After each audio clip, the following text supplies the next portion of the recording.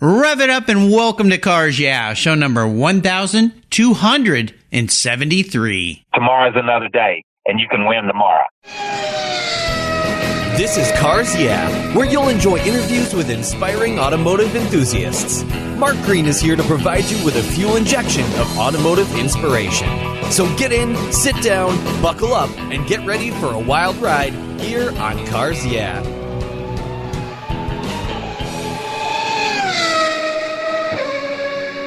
Hello, automotive enthusiasts. I'm revved up and so excited to introduce today's very special guest, calling in from Charlotte, Kyle Petty. Hey, Kyle, are you buckled up and ready for a fun ride? For sure, man, for sure. All right, always ready.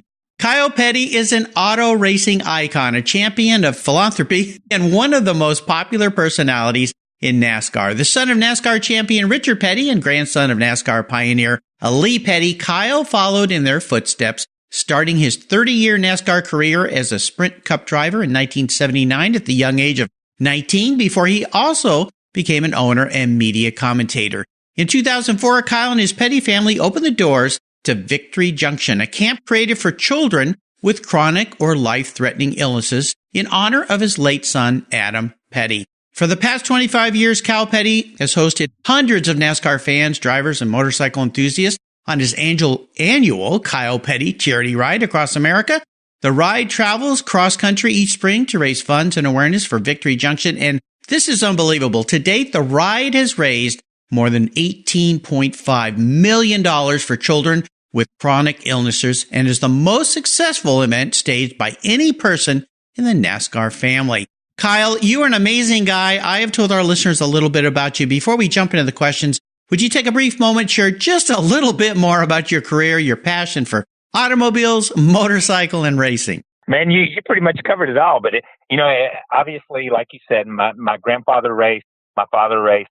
I grew up in a race family and a family that had race cars. And the thing was, we grew up in rural North Carolina.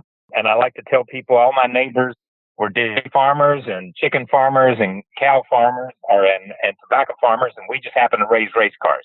So we were race car farmers. That's what we did. And followed in my dad's footsteps and my grandfather's footsteps and had a son that came along, Adam, that came along and raced. But, that's all I've ever known. That's all I ever wanted to do was drive a race car and sat in a steering wheel. I tell people all the time, when I was a little boy, I dreamed of sitting in a seat, hanging onto a steering wheel, racing Richard Petty and David Pearson and Bobby Allison and guys like that. I didn't dream about all the stuff you had to do to be able to do that.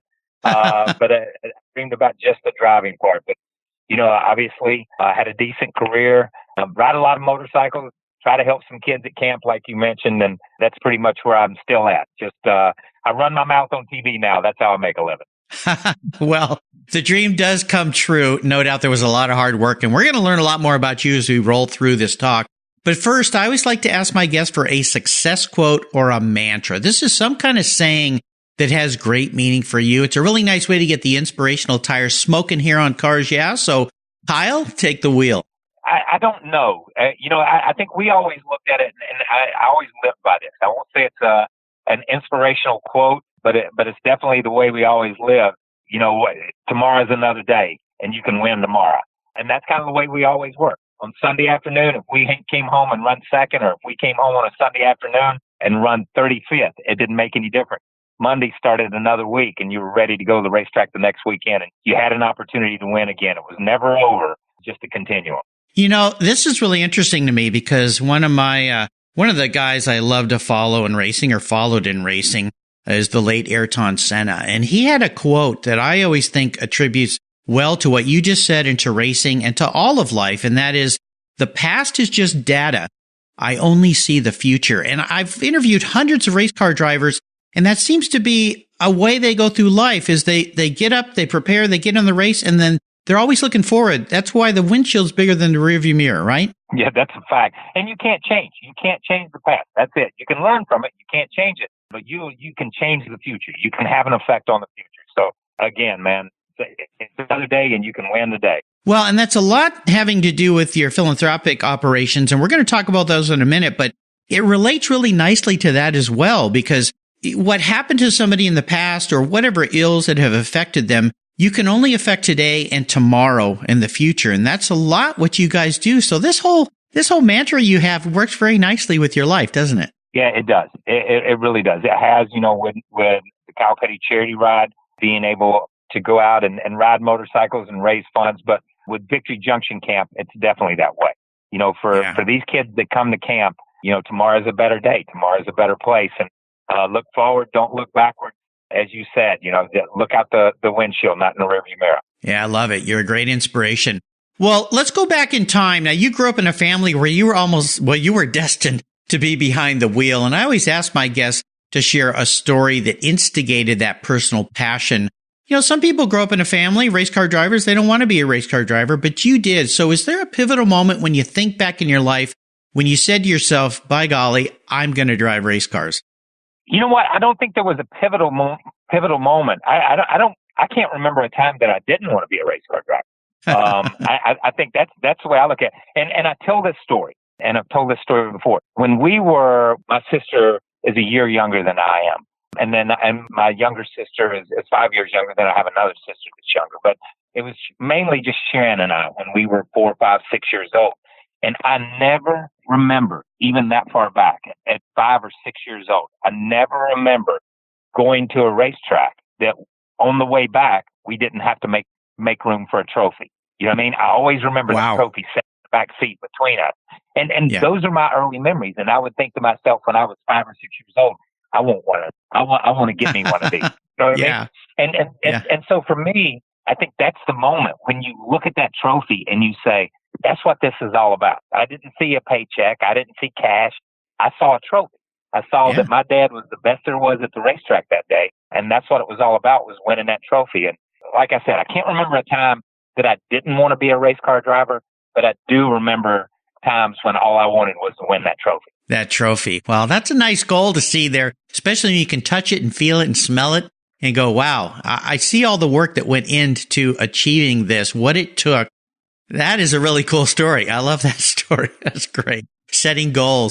Well, you've picked a career that was fraught with ups and downs, my friend. Racing, one weekend you're on the top, the next weekend, who knows where you are. You could be in the wall.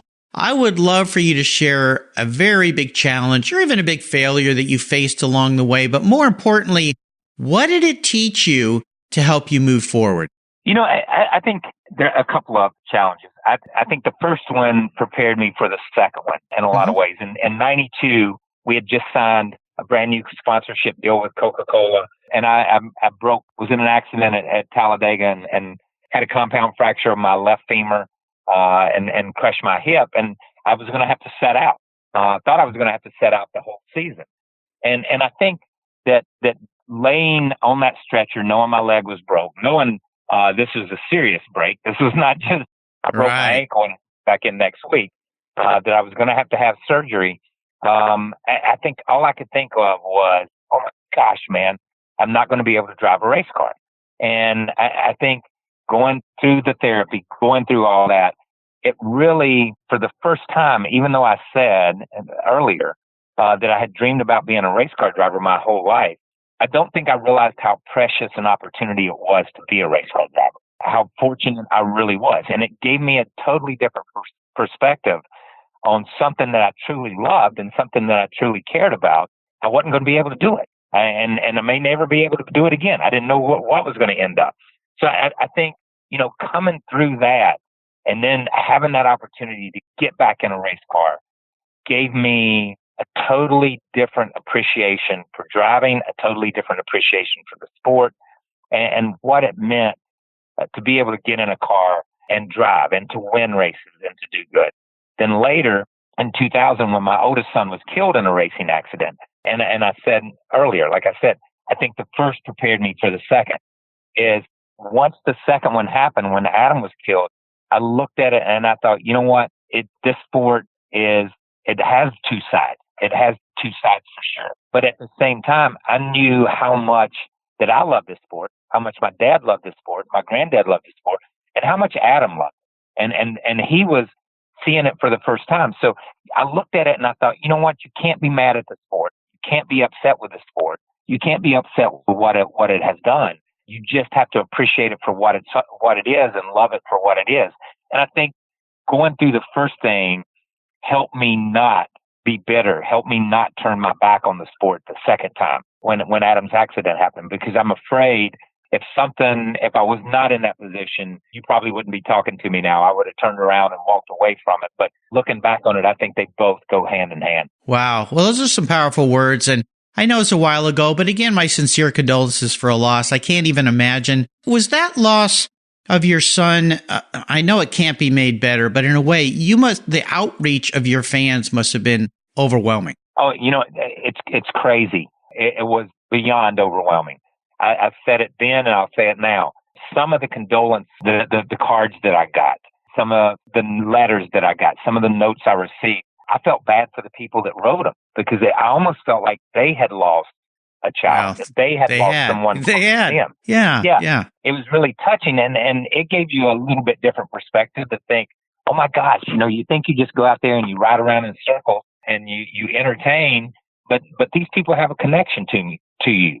And a deeper connection than you could have ever imagined. And I think that was very eye-opening for me and for my father and for our whole family when we shared a lot of it, that you did have that effect on people. Well, the racing world is a big family indeed. And for those of us who follow icons like you and your family, we feel, and you may understand this, but we feel like you're a friend, your family, we know you. And I know we don't, but you're such an integral part of our lives and you bring so much joy that I'm sure that helped you quite a bit. And back to that accident you had, there's a great song back from, I think it was from the 60s. You don't know what you got till it's gone. I think it followed up with Take Paradise and Put Up a Parking Lot, but not to trivialize what happened to you, but I think you're right. And that's why embracing today, embracing what you have today, hugging your children, your family, your father, your mother, taking that moment is so important because these things are fleeting and they can pass. But I appreciate you sharing two very personal sides to your family. Absolutely brilliant. And what you've done and gone on to do with Victory Junction in Adam's name and the Kyle Petty charity ride. We're going to talk about that in a minute, but let's go back to your first really special vehicle. Now, this could be the first special car you bought for yourself, could be the first car you actually raced that was really special for you, but take us there for a moment and share a memory you have about that ride. Oh my gosh. Okay. We had 16. I ended up with the first car I had was a 69 Charger. Okay. I had an uncle, my Uncle Randy. He was my mother's brother. That's sorry. He was killed at Talladega on pit road, in a pit road accident. No. Oh, wow. So I ended up with his car about 6 months after that. We decided we were going to change it all around. So, worked on it over at the race shop. I was about 15 years old. Those guys helped me chop and channel and cut and do things. My uncle put a set of heads on it and put a cam in it for me. We lowered that thing to the ground. It looked like a cup car. We cut the fenders and made it look like a NASCAR, like a cup car at the time. We had, they were building the interstate, building a brand new bypass real close to where we lived. And I have to say that it was closed. So we would go out on the interstate and run it. And this thing had 160 miles an hour on the speedometer, and you could peg the speedometer on this thing. Oh my gosh. You could run it up to 160. And listen, I was 15 and a half years old. So I was young and just running this thing screaming. I will tell you this, in the days of now when we measure carbon footprints and we check all that stuff, I was getting about 4 miles to the gallon in this thing. I am going to tell you that. Oh my gosh. Yeah, I'll bet. It had that 383 in it, but I had a set of heads and I had a cam in it, and this thing would mortally fly. I can't even begin to tell you. So that was my first car and one of my fondest memories. Oh, wow. What a wonderful memory. Thanks for taking us there. I mean, it sounds like an old country western song, heading down the interstate in my 69 Charger. The road's not open, but I'm still wide open. I love it. That's great. Very fun. Well, how about seller's remorse? A lot of my guests have let the car go they wish they had back. I bet you've let a bunch of cars go you wish you had back. But is there one that stands out in your mind? You know what? Not really. I never let cars go. There you go. Cars check in. They just don't check out. They don't check out Hotel California. No, I still got the Charger. Wow. Here's the thing, and I will say this. My dad's got some old cars and stuff because he's always kind of collected cars and done stuff. I've never been a big collector of cars, but I've still got that Charger. And I drove a 50 Plymouth to school for a while, and we still got it. It's in the museum over at Level Cross at my dad's museum because my granddad raced a 50 Plymouth. So it's over that. But you know what? It's funny because once I started driving a race car, and all the manufacturers that you drove for, they would just send you cars, you'd drive them, and then you had to send them back. So you never got to keep any of them. Oh, you know what I mean? okay. Whether it was the Pontiac Trans Am or whether it was the Dodge Charger or the Vipers and the stuff that you had along the way. So I've had a lot of cool cars. I can't say that I owned a lot of cool cars, but I've had a lot of cool cars. So I still go back to the Charger, man. That Charger is still, it's tough to beat. I'm so happy you still have that car. I was hoping that you would say that. Well, I would love for you to share a whole lot more with our listeners about Victory Junction, what that's all about, and also, of course, this Kyle Petty charity ride across America, which is just a brilliant idea. It's become huge. The ride is massive. So let's start with Victory Junction and then go into the Kyle Petty charity ride across America. Yeah, Victory Junction came about, honestly, because of the motorcycle ride. It almost goes hand in hand. Adam and I had been to a camp in Florida called Boggy Creek. And at the time, it was part of Paul Newman's Hole in the Wall gang group of camp. Oh, yeah. Under that umbrella. So we had been there for a fundraiser and done some stuff. And we were doing our motorcycle ride at the time, the Kyle Petty charity ride, and we were stopping at different children's hospitals all across the country, basically making donations to hospitals to help families pay their bills. And that's basically why we started the Kyle Petty charity ride, was to help people pay their medical bills. So we went to this camp, and Adam said, why don't we build a camp? And we were like, yeah, that sounds cool. You know, we kind of joked about it and laughed about it. Then we got serious about it, started looking for property and looking around.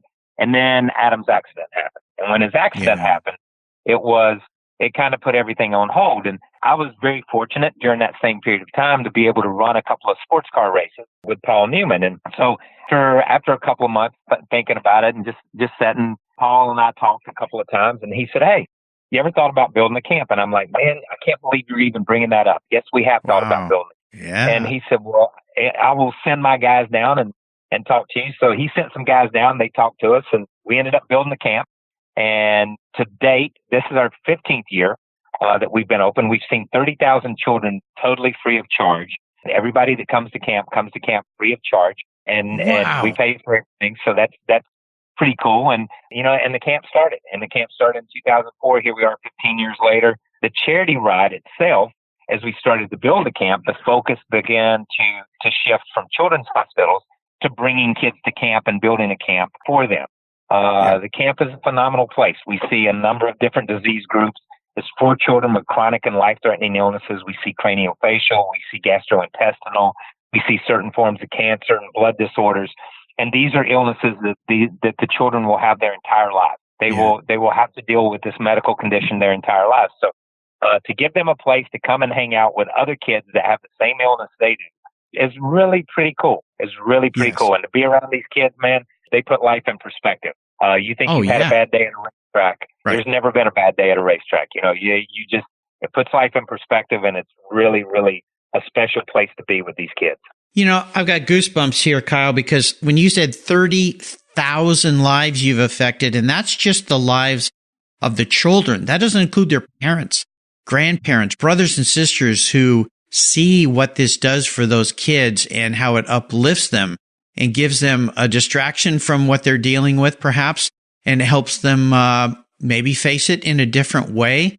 This is just absolutely spectacular. I mean, and it just goes on and on. How can listeners reach out and help what you're doing? Yeah, listeners can go to victoryjunction.org if they would like to donate their time, if they know a child that can benefit from this camp. We've seen kids at this camp because of the NASCAR connection and because of that people know that we rode around in circles for a living for a while and did something racing. We've seen kids from all 50 states and from 6 foreign countries that have come to camp totally free of charge. So if you know a child, please go to the website and get in touch with our medical director. We have a medical director there. We have full-time nurses. It's basically a hospital disguised as a camp. Or if you want to know more about the ride, you go to KylePettyCharityRide.com and find out there. And they link back and forth. If you go to one, you can find the other. Wow. Absolutely spectacular. I'll make sure I put links to that on Kyle's show notes page on the Cars Yeah website. When does the ride take place? The ride this year takes place from the 3rd of May to the 11th of May. I guess 3rd of May to the 11th of May. We are riding from Seattle, Washington to Key Largo, Florida this year. We've never done a ride. Yeah, we've never done a ride this long. It's almost 3,800 miles. I think it's a little over 3,700 miles. It's 9 days. We're coming down through Ontario, Oregon, then Provo, Utah, then over to Glenwood Springs, Colorado, down to Santa Fe, over to Childress, Texas, then from there to Shreveport, Louisiana, to Pensacola, Florida, to Tampa, and then on into Key Largo. So we've gone back and forth across the country a lot in 25 years. This is our 25th anniversary, but never from corner to corner. So we're really excited about it. Man, that's incredible. Well, up here in the Pacific Northwest, I'll have to try to get up there to the start and watch you guys roll off. But, this is absolutely outstanding what you've done. Kudos to you. And of course, I know it takes a team to pull this thing off. So to you and your team, but for the inspiration of starting this, just absolutely spectacular. Love it. I love it to death. Well, Kyle, up next is the last lap. Before we put the pedal to the metal, let's say thank you to today's Cars Yeah sponsors who make this all possible. Everyone who knows me knows I'm really picky when it comes to my cars and keeping them looking new. I'm a huge fan of Covercraft floor mats. I've protected my vehicle with their products for decades. Want to keep your vehicle's interior looking new? It's easy with Covercraft floor mats. They will protect your vehicle's factory carpets from daily abuse, weather, pets, children, weekend adventures, and those everyday spills. It's a fast, easy, and stylish way to keep your vehicle looking new. Covercraft floor mats come in a wide variety of styles, materials, and configurations, all designed for maximum protection. In addition to Premier Plush and Berber custom floor mats, you'll also find cargo liners, canine cargo area liners, dash covers, and sunscreens. Enhance your vehicle's looks while protecting the factory finishes with easy-to-install and easy-to-clean floor mats. Covercraft is the right choice. Learn more today at covercraft.com and tell them Mark at Cars Yeah sent you. That's covercraft.com. Are you looking for a way to get your products or services into the ears of thousands of automotive enthusiasts around the globe? I can help. This is Mark Green here at Cars Yeah, and I'd be honored to be an influencer and ambassador for your brand in a unique and personal way. 5 days a week, thousands of subscribers and listeners enjoy the Cars Yeah podcast and website. Contact me today and I'll show you how at mark@carsyeah.com or connect with me through the Cars Yeah website at carsyeah.com. Hey, Mark Green here from the Cars Yeah podcast. Did you know you can now see me on the Cars Yeah TV show? That's right. Cars Yeah is now on MAV TV. I visit some of the past Cars Yeah guests and take you along for the ride. Go to mavtv.com to learn more where you can enjoy Cars Yeah TV. MAV TV is also available on DirecTV, Fubo TV, Fios by Verizon, or you can stream it through mavtv.com online. And they said I only had a face for podcasting. All right, Kyle, we are close to the last lap, I call here. But first, I have a very introspective question for you. This helps my listeners kind of see how you perceive yourself. If you woke up tomorrow and you were a car or a race car or a motorcycle parked in a garage, you had actually manifested into this vehicle, what would Kyle Petty be and why? I'll bet you've never been asked that question. No. You know what? I'd probably be an old Chevy pickup truck. It's probably I love it. I love it. It's probably what I'd be. Not too fast, not too slow. I can haul stuff around and still get it done. It's a lot of fun. It turns a few heads every now and then. And all in all, it's just fun to drive and hang out with. So I'd probably just be an old Chevy pickup. Oh, Kyle, it's what I love about you, man. You're a humble dude. That's very nice. That's great.